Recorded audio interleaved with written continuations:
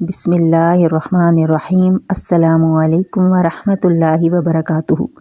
آج میں آپ کو ایک بہت ہی پیاری صحابیہ کے بارے میں بتانے جا رہی ہوں، جن کے بارے میں رسول اللہ صلی اللہ علیہ وآلہ وسلم نے ارشاد فرمایا، میں جنت میں داخل ہوا تو مجھے پاؤں کے جوتے کی آواز سنائی دی۔ بتایا گیا یہ غمیسہ بنت ملحان ہے۔ یاد رہے کہ غمیسہ حضرت ام سلیم انصاریہ کا نام ہے۔ انہیں رمیسہ، سہلہ اور رملہ کے نام سے بھی پکارا جاتا تھا، لیکن ان کی کنیت ان کے نام پر غالب آ گئی۔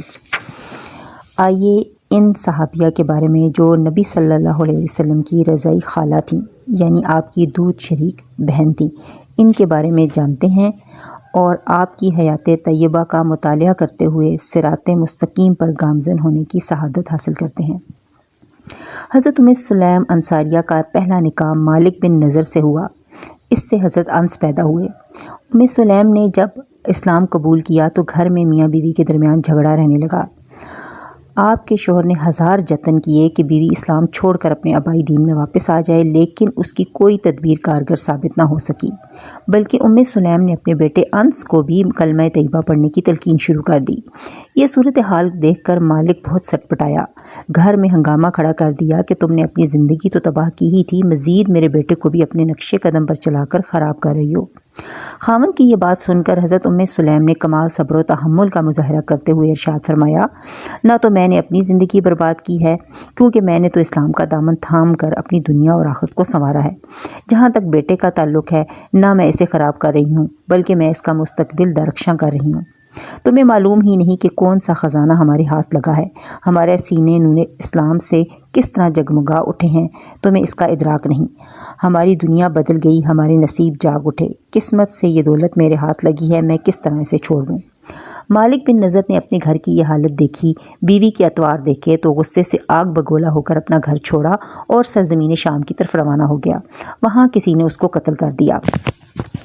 اس کی وفات کے بعد حضرت ام سلیم نے اپنے بیٹے انس بن مالک کو رسول اللہ کی خدمت کے لیے وقف کر دینے کا ارادہ کر لیا۔ حضرت انس نے اپنی زندگی کے بہترین 10 سال رسول اللہ کی خدمت کا فریضہ انجام دیا، سفر و حضر میں ساتھ رہے۔ یہ ایک ایسی عظیم سعادت ہے جس میں حضرت انس بن مالک منفرد نظر آتے ہیں۔ رسول اللہ نے ان کے لیے وافر علم اور وافر مال کی دعا کی۔ اللہ سبحانہ و تعالیٰ نے دعا کو شرف قبولیت بخشا۔ اللہ تعالیٰ نے دونوں چیزیں وافر مقدار میں عطا کیں۔ آپ کے 80 بیٹے اور بیٹیاں ہوئیں۔ بصرہ میں آپ کا عالی شان محل اور دلکش باغات تھے۔ لباس بہت عمدہ اور صاف ستھرا پہنتے، بالوں کو مہندی لگاتے۔ بیٹوں میں اکثر مسند علم کے وارث بنے۔ 103 سال کی عمر میں وفات پائی اور جنت الفردوس کے دلنشیں ماحول میں جا بسے۔ مدینہ منورہ میں ابو طلحہ بڑے مالدار، خوبرو اور 20 سالہ کڑیل جوان تھے اور اپنے قبیلے کے سردار تھے۔ مبلغ اسلام حضرت مصعب بن عمیر کی تبلیغ سے متاثر ہو کر لوگ دائرہ اسلام میں داخل ہو رہے تھے، لیکن ابو طلحہ ابھی اس نعمت سے محروم تھے۔ ام سلیم بیوہ ہو چکی تھیں۔ ان کی سلیقہ شعاری، مہر و وفا، جرأت و شجاعت سے متاثر ہو کر ابو طلحہ نے آپ کو نکاح کا پیغام بھیجا۔ حضرت ام سلیم نے جواب دیا، میں مسلمان ہوں اور تم کافر، یہ کیسے ممکن ہو سکتا ہے؟ ابو طلحہ نے اصرار کیا تو فرمایا، تم کیسے انسان ہو؟ کبھی زمین سے اگے ہوئے درخت کی پوجا کرنے لگتے ہو اور کبھی اپنے ہاتھ سے تراشے ہوئے بت کے پجاری بن جاتے ہو۔ کبھی سوچا بھی ہے کہ یہ بے جان چیزیں تمہاری مشکل کشا اور حاجت روا کس طرح بن سکتی ہیں؟ ابو طلحہ یہ باتیں سن کر لاجواب ہو گئے۔ ان کی ہر ممکن کوشش تھی کہ کسی طرح ان کی دل کی مراد پوری ہو جائے۔ ابو طلحہ نے اپنے دل کے ہاتھوں مجبور ہو کر ایک روز پھر پیغام بھیجا۔ حضرت ام سلیم نے جواب دیا کہ عام طور پر تمہارے جیسے شخص کا پیغام مسترد تو نہیں کیا جاتا، لیکن میری مجبوری یہ ہے کہ میں نے اسلام سے ناطہ جوڑ رکھا ہے اور تم ابھی تک اس نعمت سے محروم ہو۔ ابو طلحہ نے کہا کہ اگر میں اس نعمت سے اپنی جھولی بھر لوں تو پھر؟ ام سلیم نے مسرت بھرے انداز میں کہا کہ اگر اسلام قبول کرنے کی سعادت حاصل کر لو تو میں نہ صرف تمہاری پیشکش کو قبول کروں گی بلکہ اسلام قبول کرنے کو ہی اپنا مہر قرار دے دوں گی۔ ابو طلحہ نے سعادت مندی کا ثبوت فراہم کرتے ہوئے اسلام قبول کر لیا۔ ام سلیم اپنے بیٹے انس بن مالک سے کہا کہ ابو طلحہ سے میرے نکاح کا اہتمام کرو۔ مشہور تابعی ثابت بن اسلم بیان کرتے ہیں کہ ام سلیم کے مہر سے بہتر ہم نے آج تک کوئی ایسا عمدہ، انوکھا اور حیرت انگیز حد تک دل نشیں مہر نہیں دیکھا۔ پہلا بیٹا ابو عمیر پیدا ہوا۔ ایک روز رسول اللہ ام سلیم کے گھر تشریف لائے۔ ابو عمیر کو غمگین دیکھا تو دریافت کیا کیا وجہ ہے؟ ابو عمیر آج بہت افسردہ ہے۔ ام سلیم نے کہا اس کی چڑیا آج فوت ہو گئی ہے۔ یہ اس کے ساتھ اکثر کھیلا کرتا تھا اور بہت مانوس ہو چکا تھا۔ اس کی جدائی کا غم آج اسے افسردہ کر گیا۔ رسول اللہ نے محبت و شفقت بھرے انداز میں اس کے سر پر ہاتھ پھیرنا شروع کر دیا اور تسلی دیتے ہوئے بار بار پوچھا، اے ابو عمیر، چڑیا نے کیا کیا؟ کہاں گئی میرے لاڈلے بیٹے کی چڑیا؟ کچھ عرصے بعد یہ بیٹا بیمار رہنے لگا۔ ایک رات بخار میں مبتلا تھا۔ ابو طلحہ مسجد نبوی میں تشریف لے گئے تو بیٹا اللہ کو پیارا ہو گیا۔ ام سلیم نے کمال صبر و تحمل کا مظاہرہ کرتے ہوئے خاموشی اختیار کی، کسی کو بھی فوت ہونے کی اطلاع نہ دی اور نہ ہی کسی قسم کا کوئی واویلا کیا۔ ابو طلحہ جب گھر واپس آئے تو پوچھا، بیٹے کا کیا حال ہے؟ آپ نے بڑے اطمینان سے جواب دیا کہ پہلے سے زیادہ آرام میں ہے۔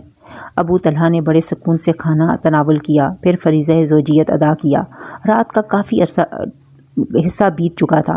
ام سلیم نے اپنے میاں سے کہا، مجھے ایک بات بتاؤ۔ فرمایا، پوچھو، کیا پوچھنا چاہتی ہو؟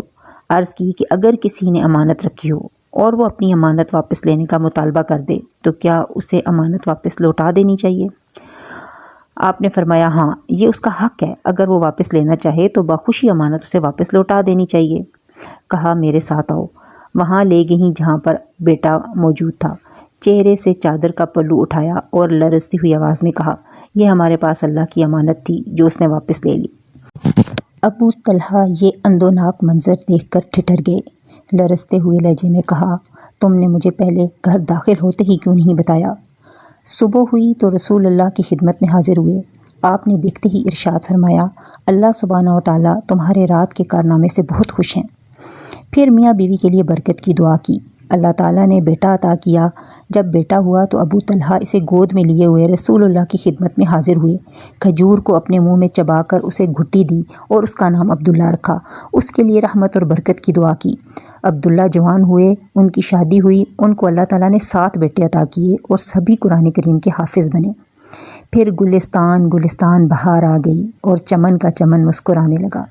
آپ کی ذات کے ساتھ کچھ معجزات بھی ہیں جن کا ذکر انشاءاللہ نیکسٹ ایپیسوڈ میں ہوگا۔ السلام علیکم ورحمۃ اللہ وبرکاتہ۔